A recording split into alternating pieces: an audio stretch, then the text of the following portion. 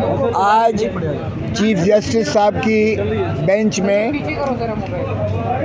Supreme court की chief justice साहब की सरबराही में आज बेंच के पास दो मुकदमात के हमारे लगे हुए थे। पहला मुकदमा जो था वो गौहर अली ख़ान, बैरिस्टर गौहर अली ख़ान चेयरमैन पाकिस्तान तहरीक इंसाफ की जानिब से था, जिसमें तौहीन अदालत के बारे में नालिश की गई थी। और वो जो 20 से लेकर अब तक आज तक जो भी जनरल इलेक्शंस के कागजात नामजदगी की शुरुआत से लेकर कागजात नामजदगी की जांच पड़ताल से तक जो है, और अभी भी वो सिलसिला अपीलों का शुरुआत हुआ जाती है। आज उस बारे में बैरिस्टर गौहर अली ख़ान साहब ने उस सुप्रीम कोर्ट के हुक्म की जो ऑथर जज थे जस्टिस मंसूर अली शाह साहब ने जो लिखा था कि इलेक्शन कमीशन ऑफ पाकिस्तान पाबंद है, लाजिम है, उस पर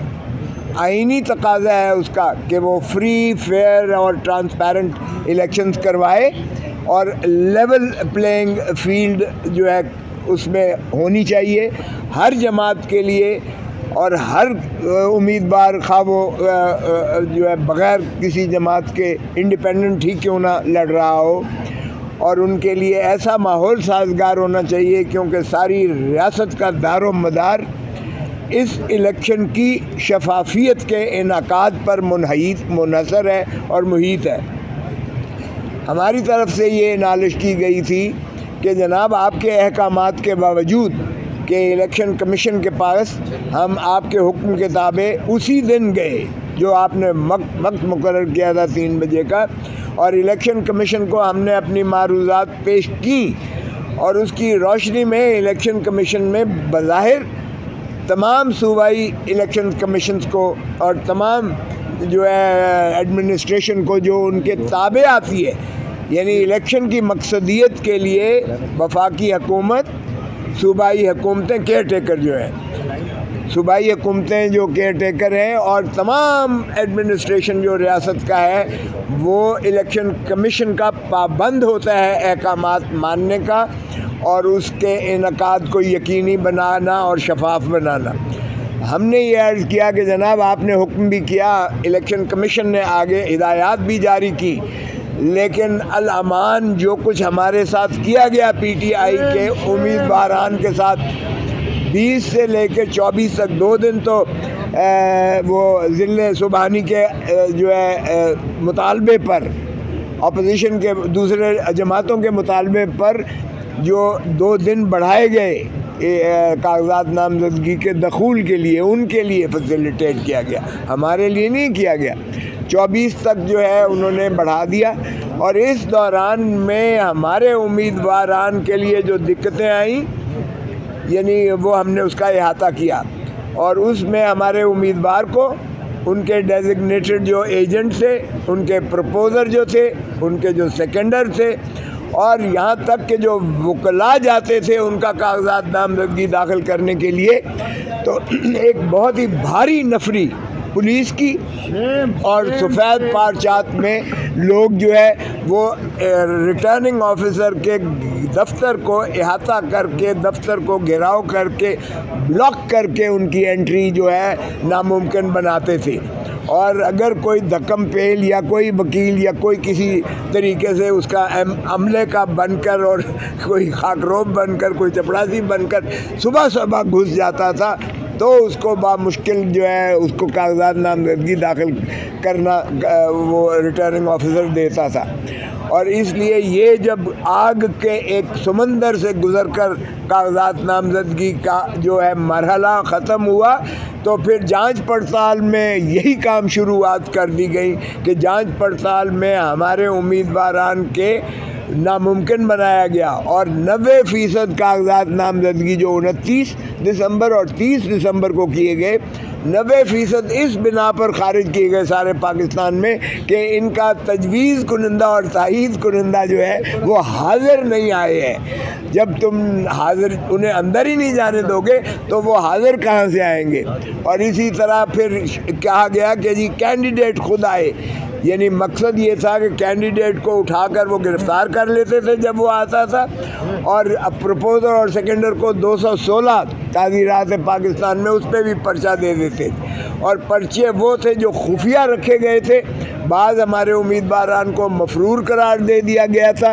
उन्होंने प्रोटेक्टिव बेल्स करवा कर वो गए, वो कागजात भी साथ लेकर गए प्रोटेक्टिव बेल, तो वो मफरूरी ख़त्म हो जाती है जब उनकी ज़मानत अदालत मजाज ले ले और वो सरेंडर कर जाए। और इसके बावजूद जो है उनसे जो है ये सलूक किया गया। जब ये कंप्लेंट्स की तो मैंने अर्ज़ किया कि जनाब सफ़ा 12 पर सूबाई इलेक्शन कमिश्नर पंजाब की आप ज़रा पढ़ लें कि उसने जो चीफ सेक्रेटरी पंजाब को और इंस्पेक्टर जनरल पुलिस पंजाब को जो मरासला लिखा है, उसने लिखा कि मेरे पास सैकड़ों की तादाद में जो शिकायत आ रही हैं और उन शिकायत में यही शिकायत की जा रही है, और जिसमें बेशतर क्या ज़्यादातर पीटीआई के उम्मीदवारान की जानिब से हैं कि उनकी रसाई इलेक्शन कमीशन रिटर्निंग ऑफिसर तक जो है रसाई को नामुमकिन बनाया जा रहा है। और जो पुलिस और आपकी एडमिनिस्ट्रेशन जो उनके साथ नारवा सलूक किए हुए है, ये इलेक्शन की शफाफियत पर ये असरअंदाज हो रहा है। आप इसमें जो है प्रोएक्टिवली यानी चीफ सेक्रेटरी को लिख रहे हैं और इंस्पेक्टर जनरल पुलिस को लिख रहे हैं। वो जब मैंने पढ़ कर सुनाया तो जज साहब ने कहा कि ये जो है पंजाब के बारे में। मैंने कहा जी हमारा पंजाब का चूँकि हमारे पास शवाहिद मौजूद हैं, लेकिन कराची में भी कम नहीं हुआ है, पेशावर में भी कम नहीं किया गया, और बाकी जगहों पर से भी हमारे पास शिकायत आई हैं जिसका फिर हमने एक सिविल मिसलेनियस जो साथ दायर की थी, उसमें हमने दिखाया कि 670 हमारे उम्मीदवारान को कागजात नामजदगी मुस्तरद किए गए एक भी दूसरी जमात का नहीं किया गया। यानी ये कमाल के इत्तफाकात हैं कि सिर्फ हमारे ही उम्मीदवारान को, पीटीआई के ही उम्मीदवारान को शायद फार्म भरने नहीं आते, या उनके प्रपोजर और सेकेंडर गायब हो जाते हैं, जैसे सिंह से गायब हो जाते हैं, तो इनके एक कोई नहीं हुआ। तो ये इस तरह की लेवल प्लेइंग फील्ड। फिर देखिएगा कि अपील दायर करने के लिए जब कागजात नामजदगी मुस्तरद होते हैं तो उसी वक्त ऑर्डर जो है दे दिया जाना मकसूद होता है उसी वक्त, लेकिन किसी को ऑर्डर नहीं दिया गया। और बेशुमार हाई कोर्ट्स में, सारे हाई कोर्ट्स में पहले रिटें हुई कि हमारे प्रपोजर सेकेंडर को नहीं हरासा किया जा रहा है, वो हाई कोर्ट ने कहा कि इन्हें हरासा ना किया जाए। फिर वो जी नकल नहीं दे रहे, तो फ्लडेड से, कल भी मैं लाहौर हाई कोर्ट में बैठा हुआ था तो बेशुमार पिटिशन्स आई जिन्होंने कहा कि जी हमें नकल नहीं दी जा रही है, रिटर्निंग ऑफिसर ने जो हमारे कागजात नामजदगी मुस्तरद किए। तो नकूल के हसूल के लिए भी अदालत आलिया से नालिश करना पड़ रही थी पीटीआई के उम्मीदवारों को। वो आज आखिरी दिन है और आज तक नहीं मिली है। और जब हमने कहा तो बाहर कैफ हमने ये हिदायत कर दी नीचे कि बग़ैर नकल हासिल किए। अब देखें अगर नकल नहीं मिलती है तो वो मौसर तरीके से अपील में क्या लिखेंगे कि किस बिना पर जो है मुस्तरद किया गया और उसको किस तरह से कानूनी उसको जो है लाकानूनीयत ज़ाहिर होगी। बाहर कैफ इन तमाम के बावजूद जब चीफ जस्टिस साहब और उन्होंने वो खतूत वो चीफ पंजाब के इलेक्शन कमिश्नर का वो मरासला पढ़ा जो उन्होंने हिदायत और हुक्म जारी किया था, तो फिर उन्होंने ये सोमवार के लिए रिपोर्ट मांगी है चीफ सेक्रेटरी पंजाब से और इंस्पेक्टर जनरल पुलिस पंजाब से कि ये आपकी जो शिकायत हैं जो जिसका अहाता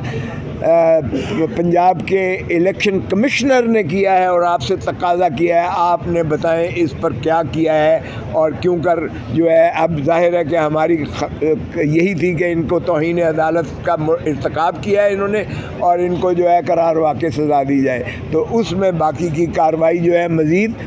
सोमवार के लिए की गई है। तो बारगैप ये एक पहलू था जो इलेक्शन कमीशन की शफाफियत जो कि 8 फरवरी को होने जा रहा है उसका बारे में था, और कैसी लेवल प्लेइंग फील्ड दी जा रही है। हमने एक सीडी भी कहा, हमने कहा यार देख लीजिएगा कि किस कदर तशद्दुद और यानी गैर इंसानी सलूक किया जा रहा है और किस कदर आग के समंदर से गुज़र कर हमारे उम्मीदवारान जो है इस प्रोसेस में हिस्सा ले रहे हैं। तो क्या इसको आप लेवल प्लेइंग फील्ड और शफाफ इलेक्शन करवाएंगे? और मैंने अर्ज़ किया कि ये पाकिस्तान की तारीख़ की बदतरीन प्री पोल रिगिंग है जो इसमें की जा रही है, जिसमें उससे गुज़र कर हमारे उम्मीदवारान को पिया जाता है। अब दूसरी नालिश जो दूसरा थी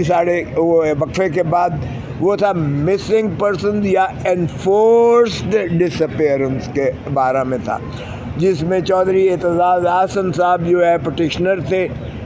और मैं उनका वकील था। और कल शुएब शाहीन साहब ने कल चूँकि हमने ये उनको बताया कि मेरे बेटे को उन्होंने जो कि NA 127 का उम्मीदवार लाहौर से था उसको गिरफ़्तार कर लिया गया, और उसको गिरफ़्तार करके चौधरी एतजाज़ आसन साहब इसलिए ना आ सके क्योंकि ये उसमें मेरे वकील थे। यहाँ तो मैं इनका वकील हूँ ना, मैं पटिशनर था और ये वकील थे। मैंने अपने बेटे खुर्रम लतीफ़ खोसा जो एडवोकेट सुप्रीम कोर्ट है उसकी